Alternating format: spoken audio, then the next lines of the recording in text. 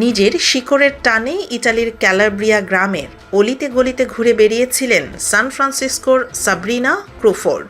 তার আজীবনের স্বপ্ন ছিল ইটালির নাগরিকত্ব পেয়ে সেখানে স্থায়ী হওয়া, কিন্তু আমলাতান্ত্রিক জটিলতার শেষ ধাপে এসে তার সেই স্বপ্ন তাসের ঘরের মতো ভেঙে পড়েছে। জর্জিয়া মেলোনির ডানপন্থী সরকারের নতুন এক কঠোর আইন সাব্রিনার মতো হাজারো মানুষের পথে এখন দুর্ভেদ্য প্রাচীর হয়ে দাঁড়িয়েছে।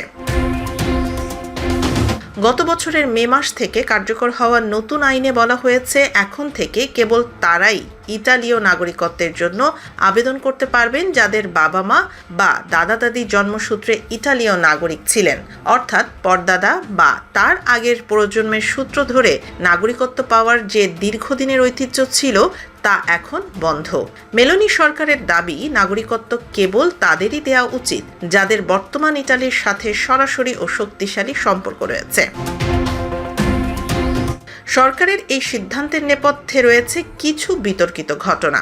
ভেনেজুয়েলায় হিজবুল্লাহর সদস্যদের অবৈধভাবে নাগরিকত্ব দেয়া এবং ব্রাজিলে নাগরিকত্ব নিয়ে বাণিজ্যের অভিযোগ ওঠার পর প্রশাসন এই কঠোর সিদ্ধান্ত নেয়। তবে এর ফলে আমেরিকা, ব্রাজিল এবং আর্জেন্টিনার যেই সব বংশোদ্ভূতরা বিপাকে পড়েছেন, যাদের পূর্বপুরুষেরা এক শতাব্দী আগে অভাবের তাড়নায় ইতালি ছেড়েছিলেন।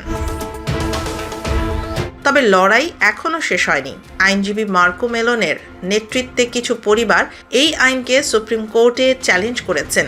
তাদের দাবি, নাগরিকত্ব একটি রক্তের অধিকার বা ইউস স্যাঙ্গুইনিস, যা জন্মসূত্রে নির্ধারিত হয়, তাই এটি নতুন করে কেড়ে নেওয়া অসাংবিধানিক।